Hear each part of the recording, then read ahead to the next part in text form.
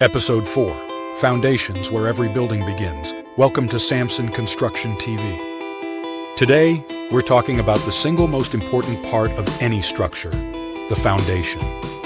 It's easy to admire walls, windows, or finishes, but none of it matters if the foundation fails. Foundations carry the entire weight of the building, anchor it to the earth, and protect it from movement caused by soil, water, or weather. Let's break it down. 1. Soil testing. Before concrete is poured, we analyze what's beneath it. Is the soil sandy? Clay heavy? Stable enough to carry the load?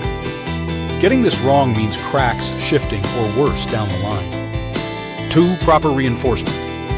Rebar, formwork, and compaction all play their part. A foundation is more than a slab of concrete. It's engineered to distribute weight evenly and resist time and pressure. 3. Drainage. Water is a foundation's worst enemy.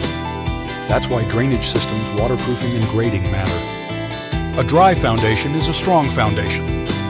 At Samson Construction, we see foundations as more than a step in the process. They're the bedrock of trust between builder and client.